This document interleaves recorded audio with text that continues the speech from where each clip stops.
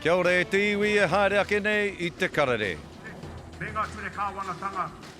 Ai marika katahi anō rā te arikinui kuini ngā waihono I te pō ka whakeke mai ki rungo o Waitangi. Kei ahau ngā whakamarama katoa. Kia mau tonu mai rā.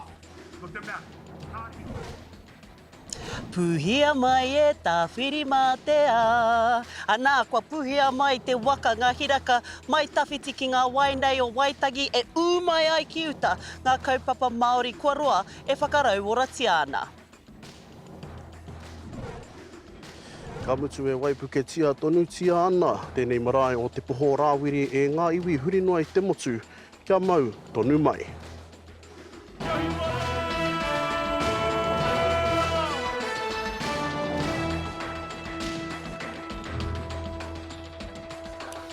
E ngā iwi o te motu, tēnā nō rā koutou katoa, nau mai ki te Karere. O tira tā te Karere whakapāho atu I ngā kōiriri me ngā kō neke o roto o Waitangi I tēnei tau 2025.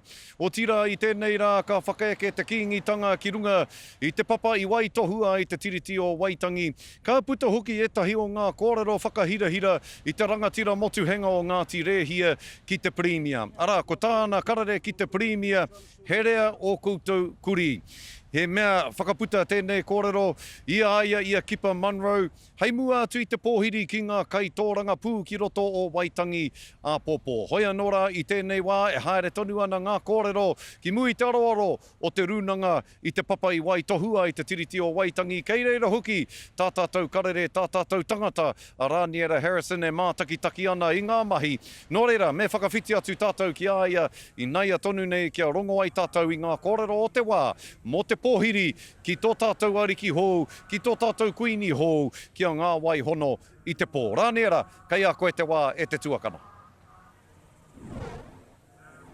Ka tira e tā marama, tēnā nō rā koutou katoa he tika te kōrero te manahau. I nā rā te nui me te hohonu o ngā kōrero kua puta ki runga I tēnei o ngā marae ki te aroaro tonu o te whare rūnanga kaimuri ahau. Nā e ki te mai ana koutou kaimuri ahau. Ko te ariki nui kuini ngā waihono I te pō, ko tai mai ki Waitangi nei mo te taima tuatahi. I roto I tana tūranga e noho nei I tēnei wā e hoi anō. I roto I te nui me te roa o ngā kōrero I whiua reretia ki runga I te marae I te rānei. Ko tētahi whakatūpato nui, ia David Seymour, te kai arahi o te Party Act I nā rā hoki. Ko ana mahi e whakawehewehe nei te iwi Māori horekau e pai ana ki ngā iwi o konei. Anei rā, tēnei pūrongo. Te upoko oreki kātou ki Waitangi.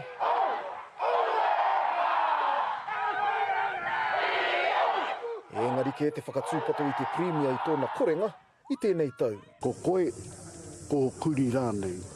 Nō reira ko tāku kia ia e hame herea ia o nā kuri. Puta katoa ana tēnā kirehe te kohukohu I te aroaro o te whare rūnanga I te rānei. Peo whakaroki tēnā kōrero. Waku kuri I te kāinga e kuri whakangau puaka. Wenei kuri e tama e chihuahua noe. Ai marika haita ngā iwi kei haere kuri noa mai ngā kaitoranga pū I te pōhiri ki a rātau. A Pōpō. E mohi atu ana tātou ki te take o te rā kōrero. Engari, e mohi ana hoki tātou. E kore tae ia te here ana kuri. I te matenga o tō pāpā, I reira māua ki rato I ngā huihuinga katoa. Kia tirohia, ia te a Pōpō te ao Māori, ia te a Pōpō te kīngitanga. Kia kaua ka tātou e ngoi kore ki te pakanga mo te tiriti e tō tātou taonga o te motu. No nai ni tatake nei puta I te whakatau I a Luxon ko te hipa I a Waitangi I tēnei tau, ko tai ke atu ki te waipounamu. Would you say that there's more tension at the moment between Māori and the Crown than there has been in recent years? There's no doubt there's some tension around the Treaty Principles Bill, but there's tension on all sides of that debate. Engari hei tā e tahi konei he mate wheke noiho, tērā kōrero. Kāre he raho tō tātou pirimia ki te whakakanohi. I ona mahi, I ona ture, e whakaparawako nei te iwi Māori, ko oma atu. I remember going with Bill English to Ngāti Whātua Rākei in his first year as Prime Minister where he didn't go to Waitangi, and I thought it was a pretty special event. Ai marika me te whakahau a ngā iwi o konei ki ata tirohia te hohonutanga, he haere mai nei ngā kaitoranga pū o Pōneke ki Waitangi. Kaua haere mai ki Waitangi, ko tāku kōrero kia ia, mea tau kia ia, tēnā pia me whakaro koe, me haere ki wāhike. Hei a Pōpō, hei te kaukaraka I te ata, pōhiritia I ngā kaitoranga pū ki Waitangi. Ai marika e rongo ana tātou I te kōrero kia herea ngā kuri o te oroto I te whare pāremata. Wera te kōrero nui I puta I tūhaina ki runga I tō tātou ngā marae. I tēnei ata hoi anō, I tēnei wā no tātou te whiwhi, no tātou te maringa nui kei konei ko te mema pāremata no roto mai o te pāti kākāriki ara Huhana Linden. Tēnā koe. Tēnā koe, tēnā tātou katoa.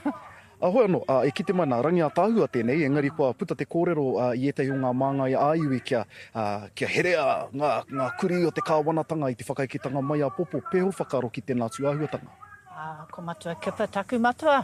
Nō reira, pēhea au e whakahei wāna kōrero, ko ia te heamana o tēnei hapu o ngā tirehia.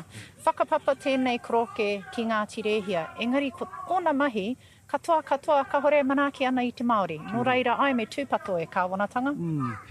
Ki tō titiro, I a koe mahitahi ana kia Seymour I roto o Pōneke, he hai e tahuri mai nei kia tutu ai te puehu ki rongo o Waitangi? Taku mōhio nei, tēnei kroke he maia, he māro hoki, kei aia tōna prene, tōna rautaki, kia orite katoa tātou. Horeka I e tino whai whakaro ana mō te rangatiratanga, anō mō ona te karanga o tōna hapu, kia kore I e puta mai. E tātou mā korongo rā tātou I ngā kōrero taku tuahine nei a Huhana. Koina katoa ngā kōrero I konei I te pito whenua nei I te aroaro tonu o te whare runanga ka hoki anō rā te rākau kia koe e te tuakana te manahau. Pānere, mihi ana kia koe I tēnā pūrongo I o kōrero hoki kia Huhana. E rawe hoki te whakarongo kia kōrua e wānanga ni ngā kaupapa o roto o Waitangi I tēnei tau. Ka mihi te ngā kau kia kōrua tahi. Ka tiha e te iwi, he maha ngā whakamiharotanga kei roto I te rohenei o Waitangi. I ngā rā e ahuatu ana ki te rānui o Waitangi a te taite. Ana, ko ngā waka hourua, ko ngā waka taua, kei runga I te moana nei, I tēnei wānei, ko ngā kauhau, kōrero, ko ngā wānanga, ko ngā hātu, ko ngā hātu. I te huri haere, a Harata Brown, I te taki wānei o Waitangi, I te rānei, kāre kore, I kite atu ia, etahi o ngā whakamiharotanga e kōrero hia nei. Nō reira harata I a koe, hi koe haere ana I wainganui te marea, he hanga a huatanga whakamiharo, I kite atu ai koe, I rongo atu ai koe. O he pene me tēnei waiata Scotty, puhia mai e tā whiri mā te a. He waiata kaupapa waka tērā, ana tipako hia tērā waiata tā te mea kua puhia mai.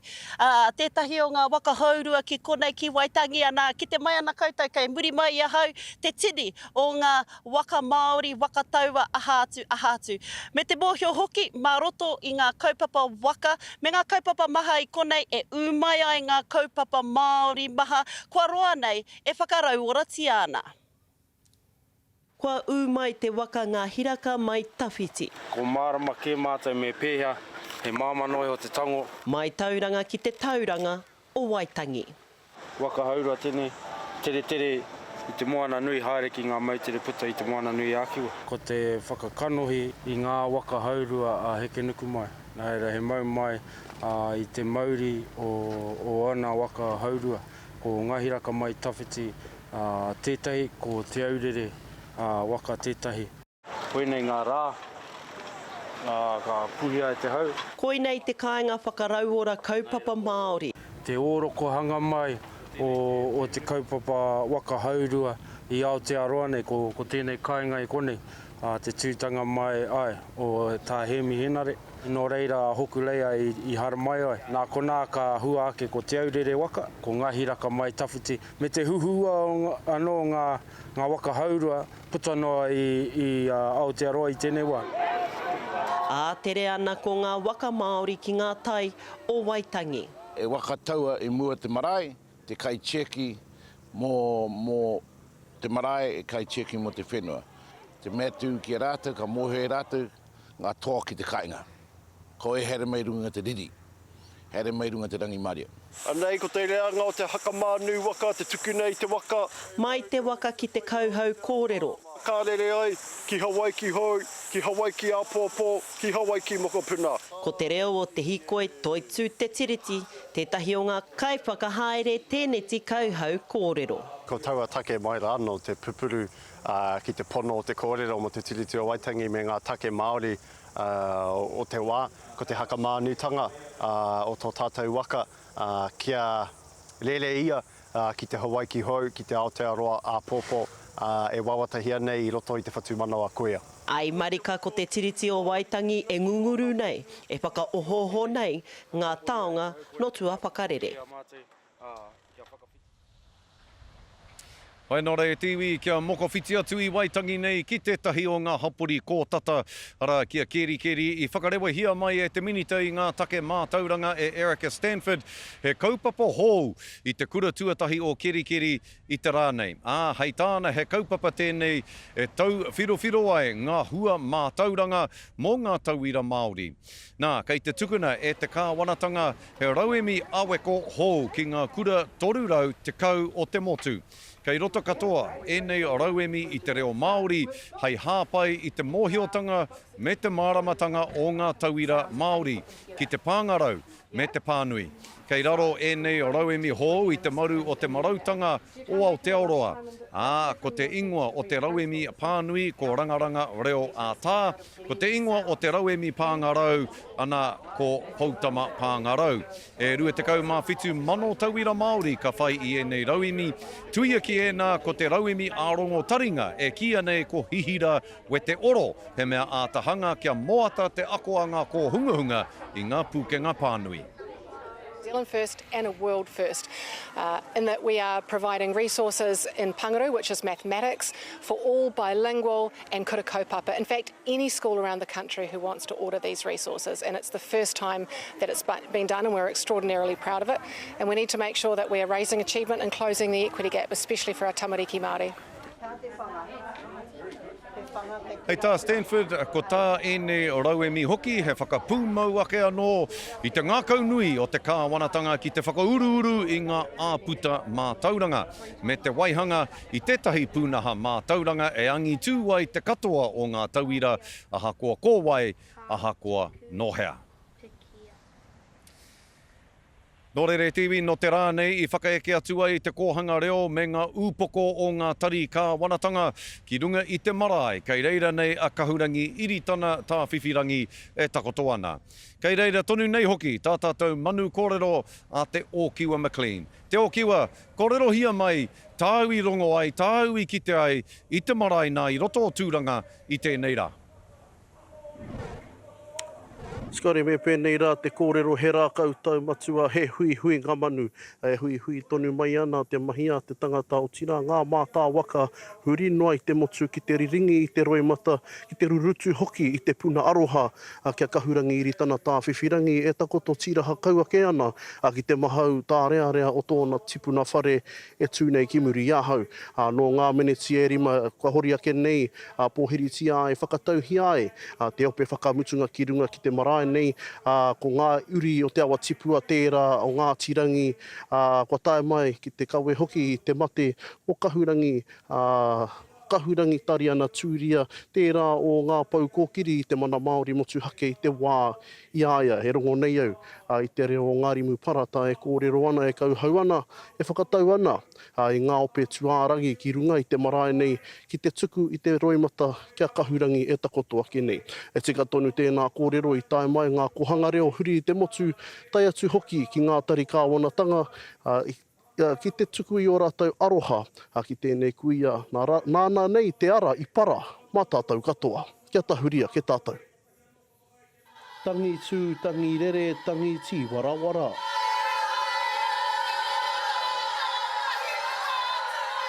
Ki te rā kautau matua o te kōhanga reo, ka hinga nei. Kei reira tonu te whakaro mōna e tino anga atu ia ki te āpōpō.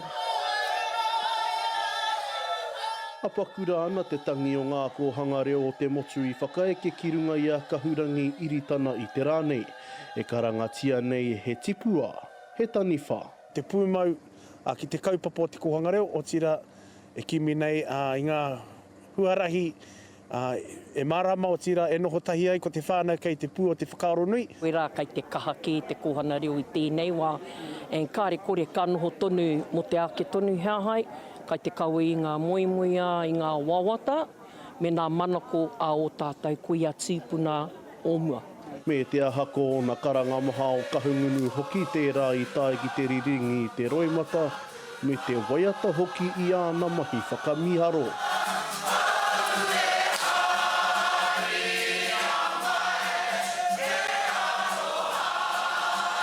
He mare i kura i whakapau i ona kaha katoa ki ngā kaupapa Māori katoa tae noa ki tōna hātua matangi. Mai ngā wāhine Māori toko i te ora, te tari Māori, tai atu hoki ki ngā tari kāwanatanga huhua. Nā te kōhanga te kura kaupapa, nā te kura kaupapa te wharekura, nā te wharekura te wānanga. Tēnei āhuatanga ki a tātou i ēnei wā, i timata mai i aia. Koia tērā i para i te huarahi mō tātou, ko tātou me whai ake. Te whakatinanatanga o te kōrero pono ki te kaupapa puna ko te reo.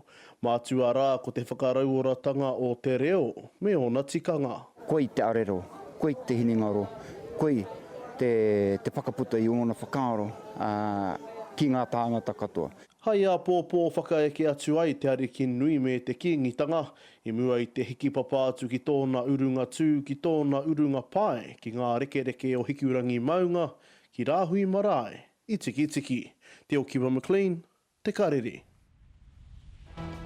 Nō rere tiwi hei muri ake i ngā whakatairanga, he ao hō kua toko ake ki te kura o hātō hōhepa i te unga atu o te tūmuaki hō ara o ngahina Transom, ki reira, kia mau tonu mai.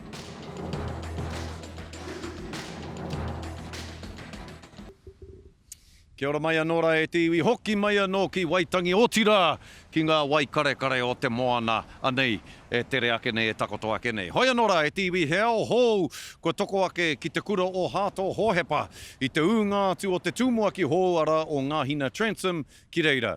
Ko ia hoki te tapairu o te kura nōna e tauira ana ki reira. Ko te hiahia o Transom kia arahi ia i te kura ki Anamata me te hāpai tonu ake i ngā ōhāki o te kura kua kotahi rau ono te kautau e tū ana. He tau hou, he tumuaki hou. Beautiful to be welcomed back home and with all my whānau. Yeah, it was a real privilege and an honour to be supported with all my whānau and all my old friends. He uri no tai nui Ngāti Mania poto o tira ko Ngāti Puta i te muri tōna hapu. No mō kai pātea aia. Whai muri o tau i ngā tapu ai o tō tātou mārei kura, Dame Georgina Kingi, nāna i whakatō ngā kākano, i ruia mai, i roto i ngā kōhine, ka huri te tai. I tau mai a Transom ki te Matawa Māui i te tau 2018, ka ikia ki te tūranga tumuaki o te kura Frimley. I reira aia e hāpai ana i ngā tikanga Māori. Hei te tau 2017, ka eke ki te ki ngā tau potahi rau ono te kau. Ko te kura Māori nei o Hato Hōhepa, tētahi noi ho o ngā kura noho, pēnei ana ki Aotearoa. Ko tā Transom e whainei me u tonu ka tika. He rawe ki au tēnei whiakotanga, tēnei rerekētanga nui kua pā ki a tātou o Hato Hōhepa. Ia me tōna iwi, me tōna hapu, kua tau mai ki runga i tēnei whenua tau rīkura. He maringa nui tō mātou ngā kōtiro i aia. I kuraina hoki ia ki Hato Hōhepa i raro i te parirau o kahurangi Georgina Kingi. Because we're all unsure what that future looks like, so it's encouraging them, poipoi i a rātou, to fulfil the dreams and aspirations that they're aspiring for, but to guide and support them so that they can do it in the best way that they can. Ko tāna me u tonu ki aua mātā pono ki Anamata. Aroha Treacher, te Karere. Ka te tiwi kia hoki ake tātou i nei ki ngā kaupapa nui o tēnei rā. Nāe, mohi ana tātou kua tau atu te kāhui ariki o tira a kuini ngā wai hono i te pō ki roto Waitangi nei no te ahiahi tonu nei ia i pōhiriti ai ki konei ki Waitangi. He maha ngā whakamiharotanga kei roto i te rohe nei o Waitangi i ngā rā e ahu atu ana ki te rā nui a te taite o tēnei wiki. No te rā nei i whakaeke atu ai te kōhanga reo me ngā upoko o ngā tari kāwanatanga ki runga i te marae i tūranganui a kiwa kei reira nei a kahurangi iritana tā whiwhirangi e takoto ana e tangihi ana. Ka tiha e te iwi hei muri ake i te whakatā poto, ka tirohia ake ngā huarere mo te rangi a Pōpō. Ko kui mai anō ki Waitangi o tira ki te Karere, tēnā kia tirohia ake ngā huarere mo a Pōpō.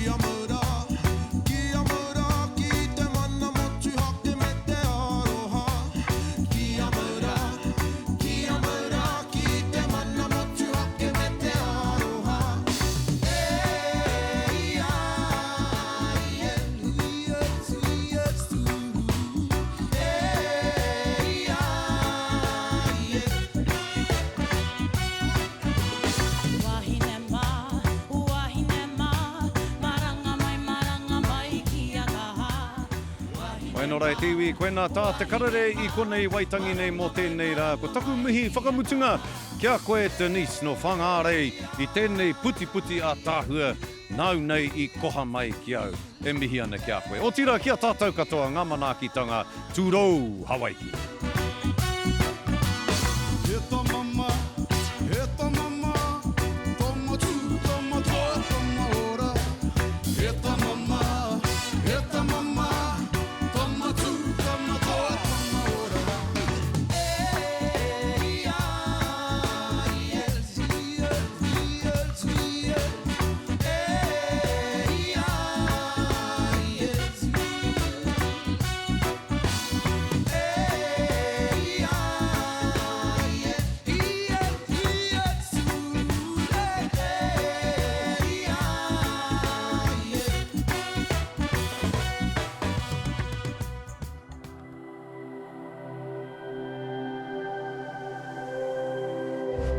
Ko te reo, te take.